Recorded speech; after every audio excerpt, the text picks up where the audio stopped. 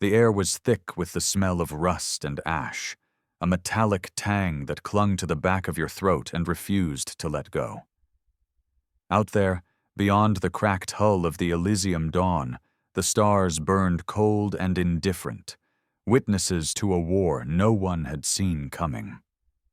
Captain Marcus Kane stood at the viewport, his hands clenched into fists so tight his knuckles gleamed white against the dim emergency lighting. The crew moved silently behind him, shadows darting between flickering consoles, their faces drawn with exhaustion and something darker, something that tasted like fear but had hardened into resolve. They'd all heard the transmission, every last one of them, and it had changed everything. It had come crackling through the comms 3 hours ago, a garbled burst of static from the colony on Praxis 9. The voice belonged to a kid, couldn't have been more than 10, screaming, pleading, until it cut off with a wet, choking sound that still echoed in Marcus's skull. Then the Crixani had followed, their guttural language slithering through the speakers like oil over water. They'd issued their terms. Surrender the system, hand over the mining rights, and maybe, just maybe, they'd let the survivors limp back to Earth. No mention of the kids, no mention of the blood Marcus knew was pooling on the floors of those prefab homes. The Crixani didn't negotiate with prey. They devoured it. Marcus had warned them. 2 years back, when the first Crixani scout ships sniffed around the edge of human space, he'd been there, standing on the deck of a diplomatic frigate, staring down their ambassador, a 7-foot nightmare of chitin and claws. "Harm a human child," he'd said, voice steady as steel, "and you won't live to regret it." The translator had buzzed, spitting his words into their tongue, and the ambassador's mandibles had twitched, a sound like laughter scraping out of its throat. They hadn't believed him. They'd thought humans were soft, fragile, little more than cattle with delusions of grandeur. They'd been wrong. Now Praxis 9 was burning, and the Elysium Dawn was the closest ship in range. Marcus turned from the viewport, his gray eyes catching the light like a blade's edge. "Status," he barked, and Lieutenant Reza snapped to attention, her fingers trembling slightly as she pulled up the scans. "They've got 3 warships in orbit," she said, voice tight. "Particle cannons hot, shields at full. Ground forces are entrenched. Looks like they've rounded up the colonists into holding pens. No life signs from the eastern sector. None." Marcus's jaw tightened. The eastern sector was where the school had been. He didn't need to ask what that meant. "And the kids?" Reza hesitated, her dark eyes flicking to the floor before meeting his again. "Some are still alive. Thermal scans show smaller heat signatures in the pens. But not many. Not many." The words hit like a punch to the gut, but Marcus didn't flinch. He couldn't. Not now. "Get me a line to the fleet," he said, "and arm everything we've got." The crew didn't question him. They'd seen the footage from the outer colonies, Crixani claws tearing through steel doors, families dragged screaming into the dark. Humans weren't the strongest species out here, not the fastest or the toughest, but they had something the Crixani didn't understand.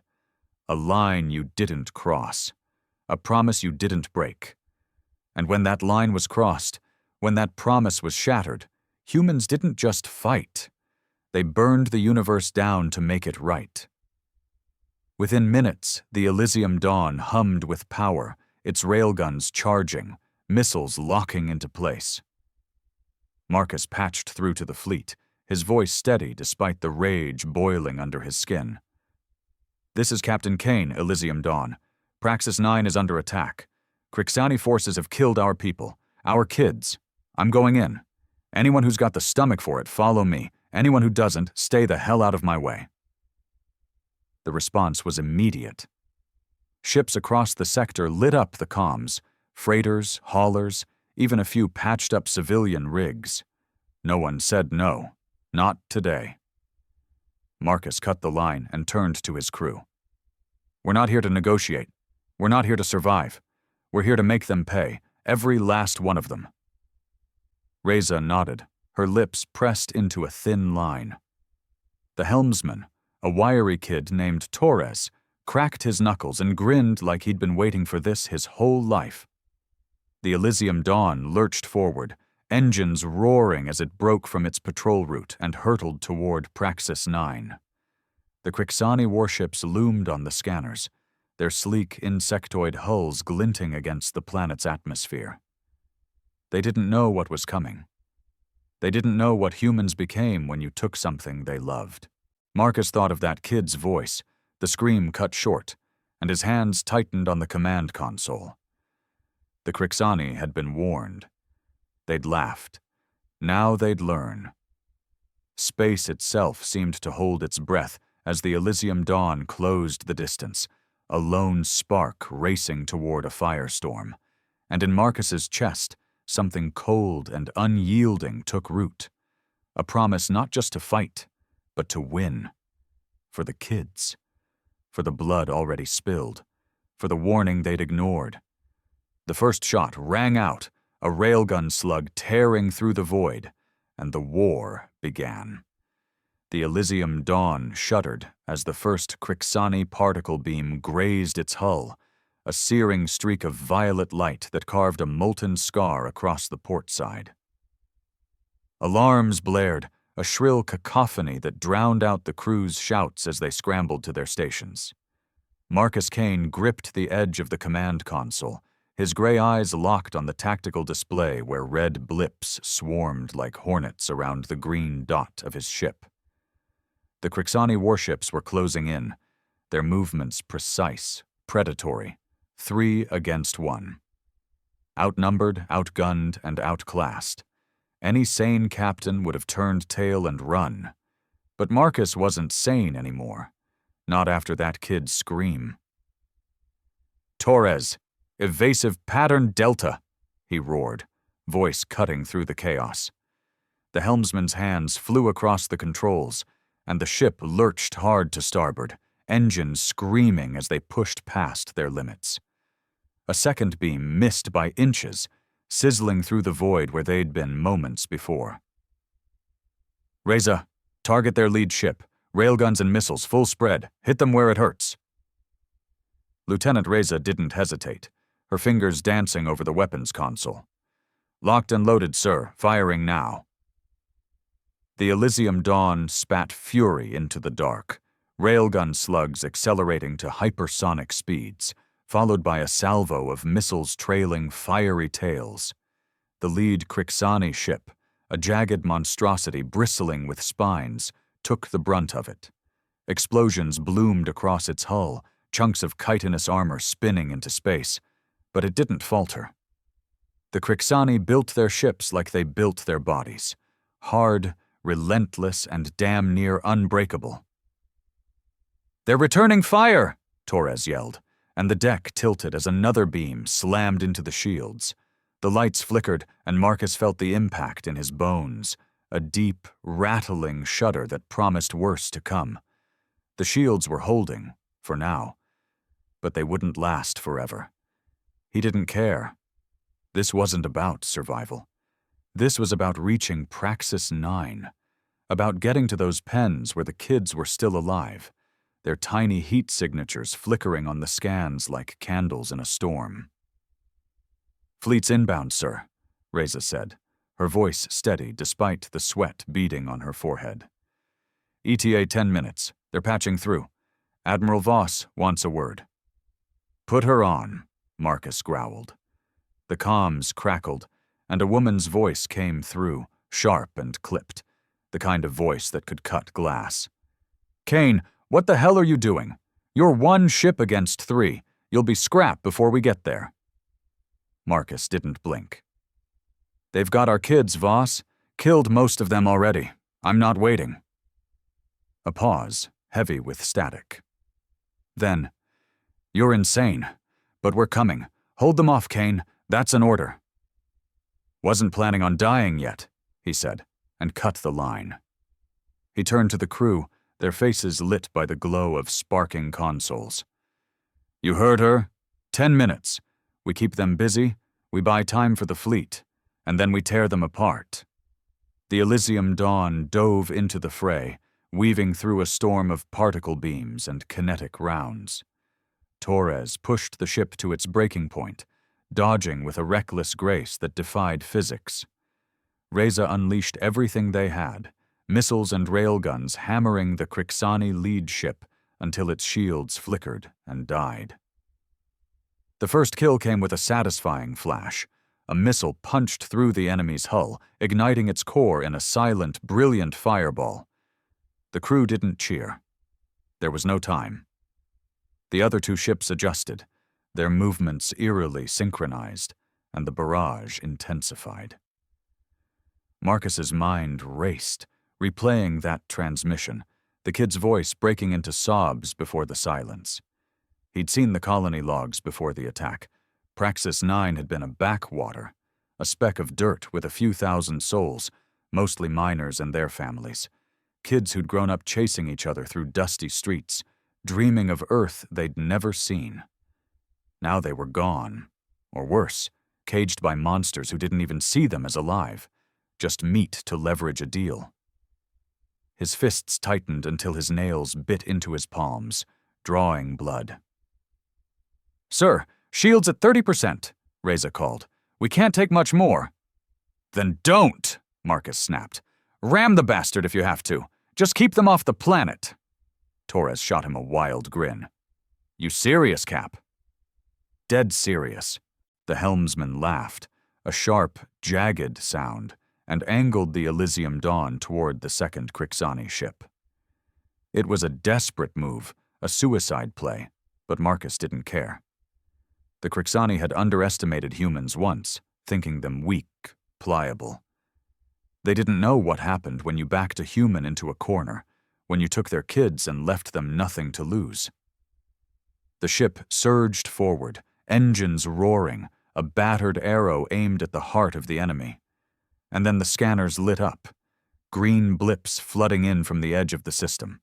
The fleet, freighters retrofitted with guns, haulers bristling with makeshift weapons, civilian ships that had no business in a fight, but were here anyway. Humans.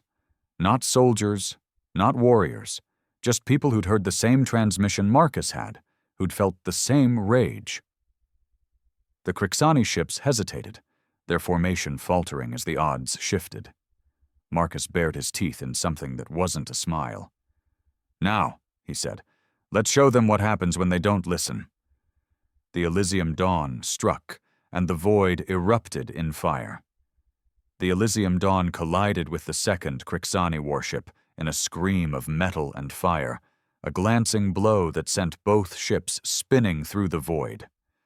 The impact threw Marcus Kane against the command console, his shoulder slamming into the edge with a crack he felt more than heard.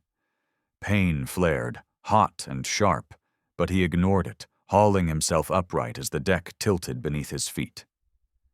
Sparks rained from the ceiling, and the air tasted of ozone and blood. The crew clung to their stations, faces pale but fierce, their eyes reflecting the chaos outside where the human fleet swarmed the Crixani like wolves on a wounded beast. "Damage report," Marcus shouted, his voice hoarse over the wail of alarms. Reza coughed, wiping a streak of soot from her face as she scanned the readouts. "Shields are gone, sir. Hull breaches on decks 3 and 4, emergency seals holding, but we've lost 2 railguns. Engines at 60%. "Enough to fight," Marcus said, more to himself than her. He straightened, ignoring the ache in his shoulder, and stared at the tactical display.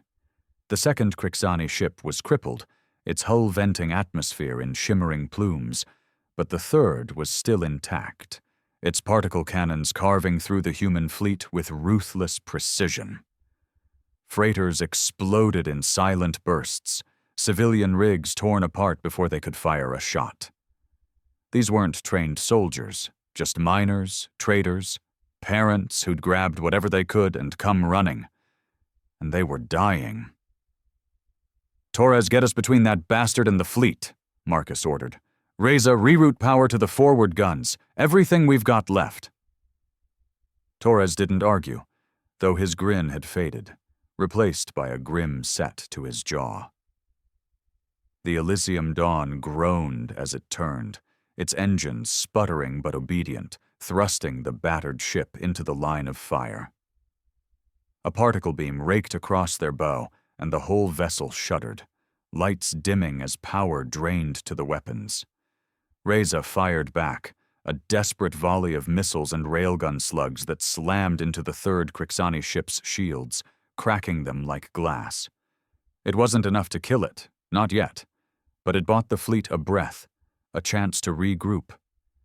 Marcus's gaze flicked to the planet below. Praxis 9's surface a smear of brown and gray through the atmosphere. Somewhere down there, the kids were still alive, trapped in those pens, waiting for someone to come. He could almost hear their cries, faint echoes of that transmission looping in his mind.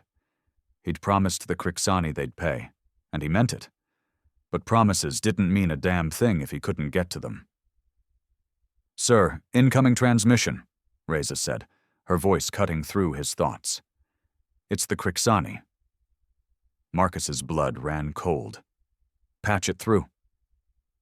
The comms hissed, and that guttural, oily voice filled the bridge, the translator struggling to keep up. "Human vessel, you fight without honor. Surrender now, or we slaughter the young ones. One by one. Slowly." A chill swept through the crew, a collective intake of breath. Marcus felt it too, a spike of ice in his gut, but it burned away under the heat of his rage. He leaned into the comms, his voice low and lethal.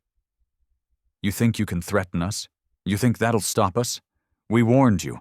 Harm a human child and you're done. Start killing, and I'll make sure your entire species feels it." The Crixani didn't respond immediately, its silence heavy, calculating. Then a sound came through. Not words, but a high, keening wail, unmistakably human. A child's scream, raw and terrified, cut off by a wet crunch. The line went dead. Marcus stood frozen, the sound searing into his soul. The bridge was silent, every eye on him, waiting. He turned to the viewport, staring at the Crixani ship, its insectoid bulk a dark stain against the stars. "Torres," he said, his voice a blade. "Full speed. Ram them." "Sir!" Reza started, but he cut her off with a look. "They just killed one of ours, on purpose, to make a point." His hands shook, not with fear but with a fury so deep it felt like it could crack the hull. "We're not waiting for the fleet. We end this now." Torres nodded, his hand steady as he pushed the throttle to its limit. The Elysium Dawn surged forward, a dying beast with one last fight in it, aimed straight at the Crixani ship. The enemy fired, beams tearing into the hull. But Marcus didn't flinch. He saw the pens in his mind, the kids huddling together, their parents gone, their hope fading. He saw that ambassador's twitching mandibles, the laughter that had mocked his warning. They'd thought humans were weak. They'd thought wrong. The fleet rallied behind them, inspired or insane, it didn't matter. Ships of every make and model charging into the fray. The Crixani ship loomed closer, its shields flickering under the Elysium Dawn's relentless barrage. Marcus braced himself, the collision seconds away, when a new blip appeared on the scanners, massive, fast, and human. A dreadnought, the Vindicator flagship of the sector fleet, dropping out of hyperspace with guns blazing. "Hold course!" Marcus barked, and the Elysium Dawn struck, a glancing blow that ripped through the Crixani's weakened shields. The Vindicator followed, its cannons unleashing hell, and the enemy ship erupted in a cascade of fire and debris. Marcus exhaled, his breath ragged, but there was no relief, only the burning need to get to the surface. The kids were still down there, and the Crixani weren't done paying. The Elysium Dawn hung in the void, a broken husk trailing smoke and sparks, its hull scarred from the collision that had crippled the last Crixani warship. Marcus Kane stood amidst the wreckage of the bridge, his breath fogging in the cold as emergency systems struggled to keep the ship alive. The Vindicator loomed nearby, mopping up the debris with surgical precision, but Marcus's eyes were fixed on Praxis 9 below. The kids were still down there, their faint heat signatures a fragile thread pulling him forward. That scream over the comms, cut short by a Crixani claw, played on a loop in his skull, fueling a rage that drowned out the pain in his shoulder. "Reza, can we land?" he asked, voice rough as gravel. She glanced at the flickering consoles, her face grim. "Engines are barely holding, sir. We've got one shot, crash landing maybe. No guarantees we walk away." "Do it," Marcus said without hesitation. "Torres, plot us a course, straight for those pens."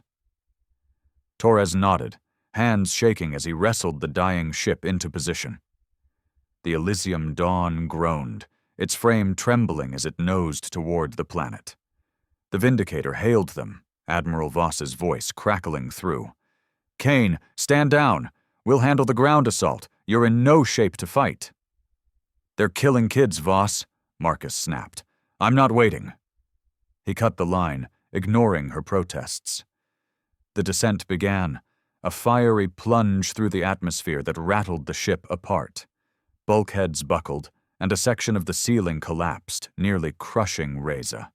She cursed, dragging herself free, blood trickling from a gash on her forehead.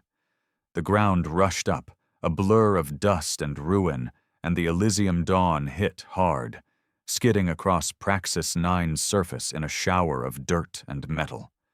Marcus was thrown forward, slamming into the viewport, but he forced himself up, adrenaline numbing the pain. "Gear up," he barked, grabbing a rifle from the armory rack. The crew followed, battered but unbroken, their faces set with the same fire burning in him. They spilled out into a wasteland of shattered homes and smoldering craters.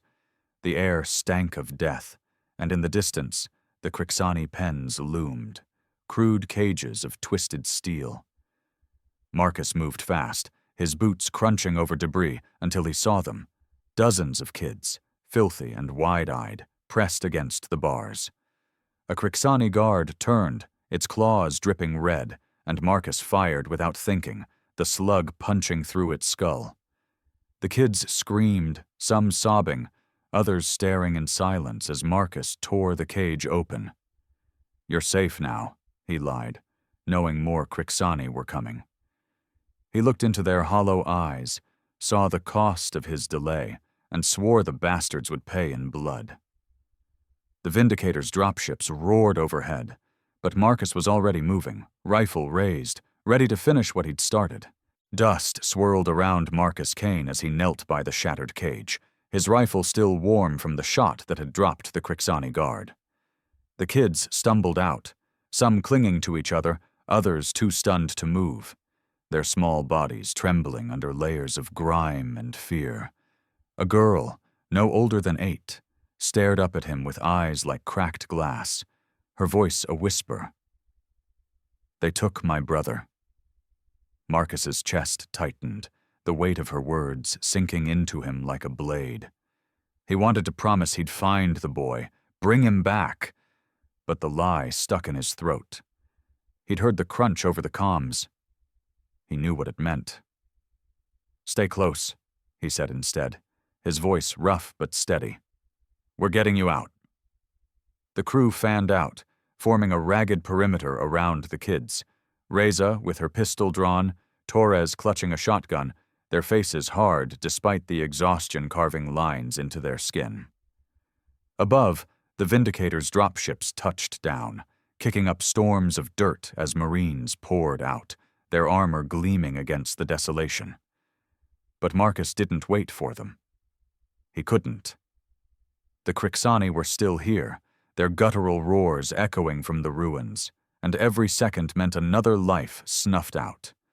He led the group forward, weaving through the wreckage of Praxis 9's streets, prefab homes reduced to twisted metal, playgrounds buried under ash. The kids shuffled behind him, their footsteps soft but heavy with the silence of trauma.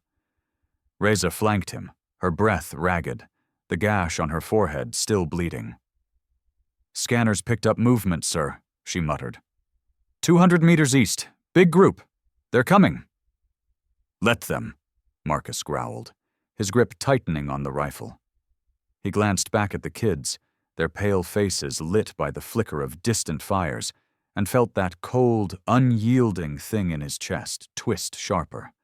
The Crixani hadn't just attacked a colony. They'd targeted the weakest, the ones humans would die to protect. It wasn't strategy, it was cruelty, and it was a mistake. The first wave hit like a storm, Crixani warriors charging from the shadows, their claws glinting, mandibles snapping with that sickening click.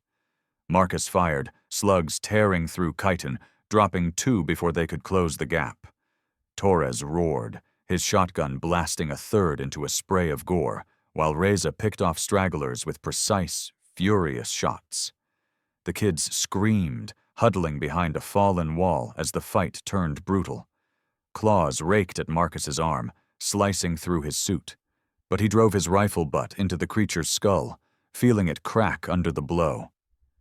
The Marines arrived mid-chaos, their rifles lighting up the night, and the Crixani faltered, their numbers thinning. Marcus didn't stop, pushing forward, his vision narrowing to the next target, then the next. Blood slicked his hands. His own. Theirs, it didn't matter. He saw that ambassador's laughter in every twitching mandible, heard that kid scream in every clash of steel and bone. They'd been warned. They hadn't listened.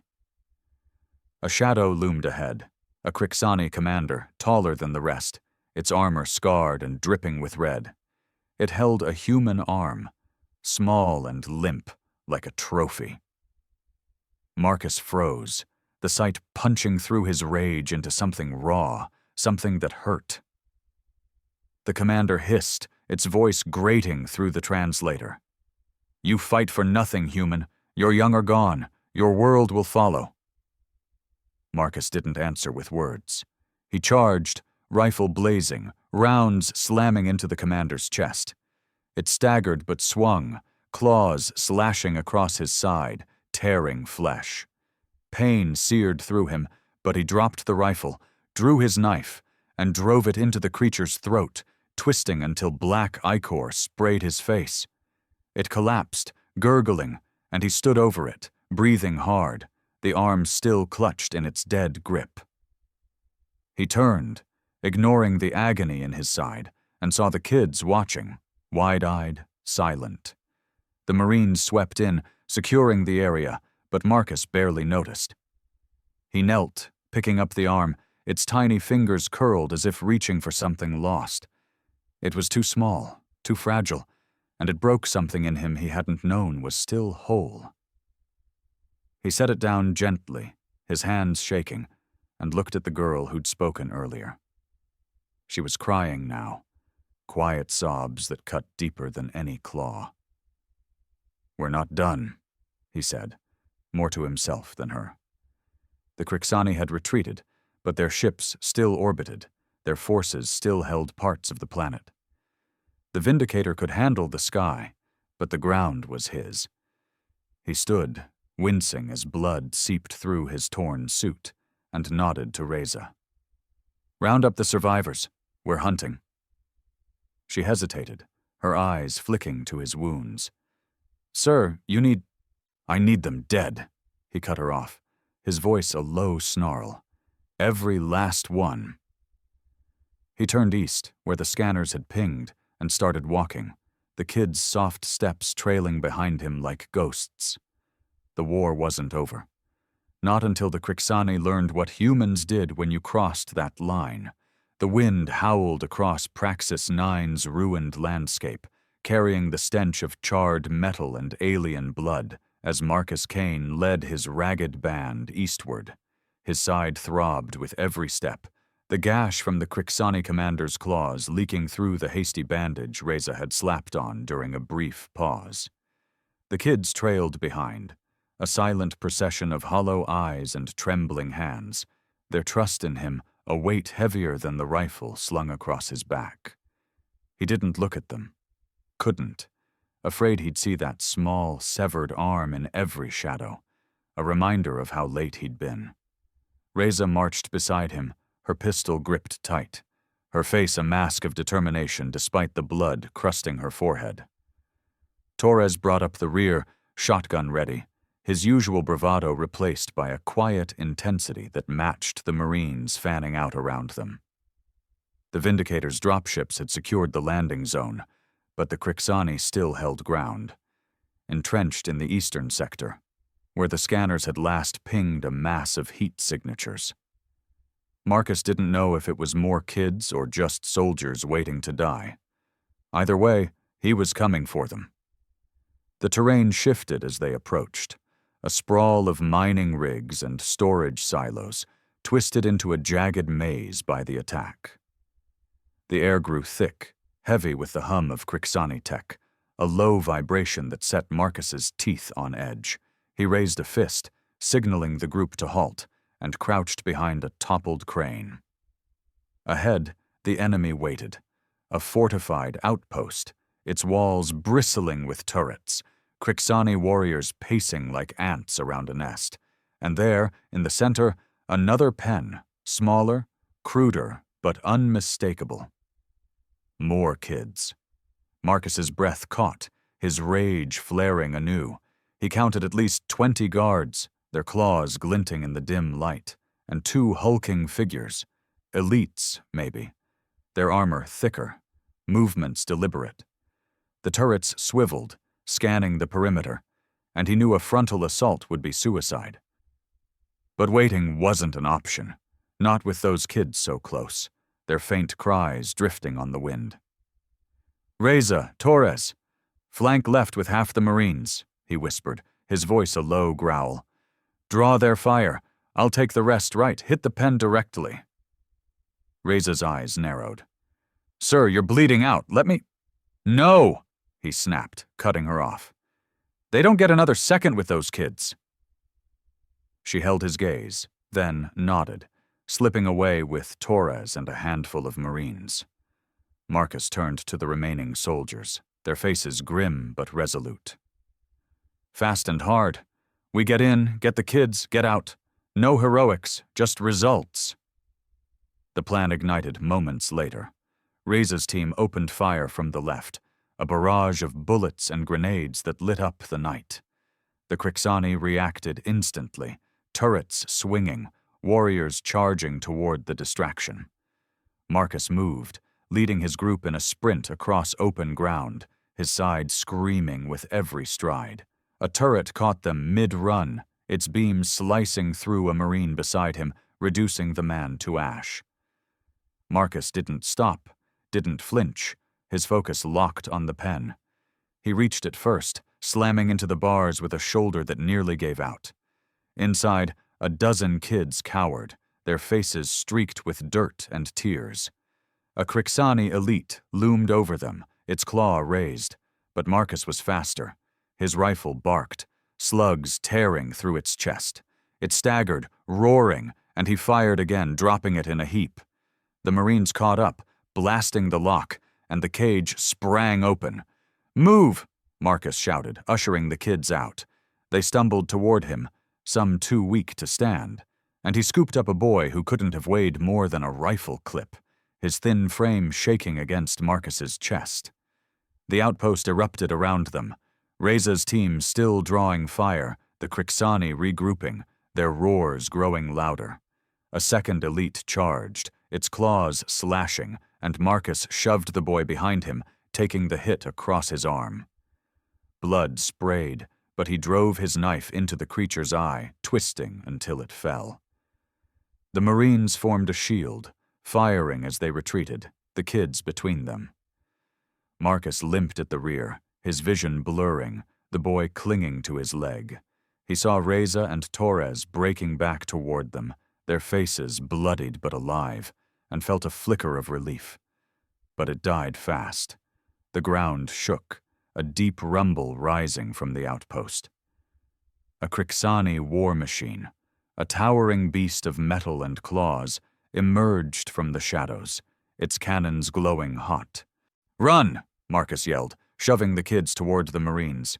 He turned to face it, alone now, his rifle raised despite the blood pooling at his feet. The machine advanced, its roar deafening, and he bared his teeth. They'd taken too much already. He wasn't giving them this.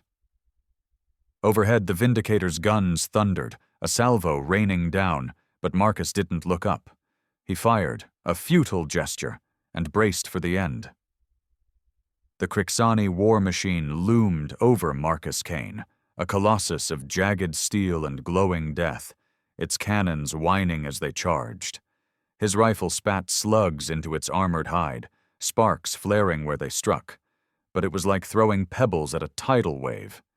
Blood dripped from his arm and side, pooling in the dust at his feet, and his legs trembled, threatening to buckle.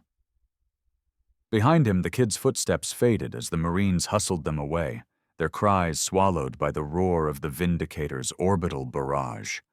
The sky lit up, streaks of fire raining down, but the machine kept coming, its claws raking the ground inches from where he stood. Marcus didn't move. He couldn't. Not with the kids so close to safety, not with the promise he'd made burning in his chest. The Crixani had laughed at his warning, torn apart everything he'd sworn to protect. And now they'd pay, even if it cost him everything. He dropped the empty rifle, drew his knife, and squared his shoulders, a snarl twisting his lips. "Come on, you bastard," he muttered, voice lost in the chaos.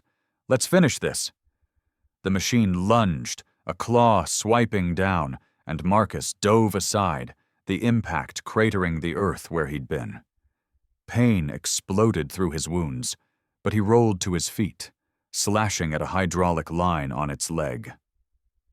Black fluid sprayed, and the machine staggered, its cannons firing wild, carving gouges into the ruins. Above, the Vindicator's salvos hammered closer, one slamming into the outpost's wall, sending debris raining down. Marcus ducked under another claw, his knife finding a joint, and twisted until something snapped. The machine screeched, a sound that rattled his bones, but it wasn't enough. He heard Reza shouting his name, distant and desperate, and glanced back to see her sprinting toward him, Torres at her side, their weapons blazing. "Get back!" he roared, but they didn't stop, firing at the machine's sensors, drawing its attention. A cannon swung toward them, and Marcus's heart lurched. He threw himself at its leg, stabbing deep, anything to keep it focused on him. The beam fired, missing Reza by a hair, and she stumbled, cursing, but kept coming. The ground shook again, not from the machine but from something new, dropships, more Marines, their engines a thunderous chorus, reinforcements from the Vindicator, hitting the dirt hard, their rifles cutting through the Crixani stragglers swarming from the outpost. The machine turned, distracted, and Marcus seized the chance, climbing its leg, his blood-slick hands slipping as he hauled himself toward its core. Every move was agony, his vision swimming, but he saw those kids' faces, the girls' cracked glass eyes, the boy's frail grip, and pushed harder. Reza reached him first, grabbing his leg to steady him as he stabbed into a glowing panel. "You're insane, sir!" she yelled, her voice raw. Torres joined her, blasting at the machine's joints, and together they fought, a desperate trio against a titan. The panel sparked, then erupted, and the machine convulsed, throwing Marcus off. He hit the ground hard, air rushing from his lungs, and watched as it staggered, cannons dimming, before a final Vindicator strike tore through its chest, reducing it to a smoking wreck. Silence fell, heavy and surreal, broken only by the crackle of flames and the hum of dropships. Marcus lay there, chest heaving, blood soaking the dirt beneath him. Reza dropped to her knees beside him, her hands pressing against his side, her face pale. "Stay with me, damn it," she said, her voice cracking. Torres stood guard, shotgun trembling in his grip, his eyes scanning the ruins for more threats. The Marines swept in, securing the kids, their voices a distant buzz. Marcus forced himself up, ignoring Reza's protests, and staggered toward the group. The girl from the pen was there, clutching a younger boy, her tears cutting tracks through the grime on her face. "You came back," she whispered, and it hit him harder than any claw, because he almost hadn't. "We're not done," he rasped, looking past her to the horizon where Crixani ships still darkened the sky. The Vindicator had cleared the orbit, but pockets of resistance remained on the ground, and Marcus knew they'd fight to the last. He turned to Reza, his voice steady despite the pain. "Get the kids to the dropships, I'm finishing this." "Sir, you can barely stand," she argued, but he shook his head. "They don't get to walk away from this," he said, his gray eyes cold as steel. "Not after what they did?" He picked up a fallen rifle, checked the clip, and started walking, the weight of his promise driving him forward. The kids were safe for now, but the Crixani hadn't paid enough. Not yet. Reza cursed under her breath, then followed, Torres at her side. The Marines rallied behind them, a battered army of humans who'd lost too much to stop. The war wasn't over. It wouldn't be until every last Crixani learned what happened when you crossed that line. The horizon glowed with the faint orange of Praxis 9's dawn, a cruel mockery of peace over a world soaked in blood and ash. Marcus Kane limped through the wreckage, his rifle a crutch as much as a weapon, each step a defiance of the pain tearing through his body. His side was a mess of blood and torn flesh, his arm numb from the elbow down, but he kept moving, driven by a fire that refused to die. Behind him, Reza and Torres flanked the Marines, their faces grim, their weapons stained with Crixani ichor. The kids were safe, ferried to the Vindicator's dropships, but Marcus wasn't done.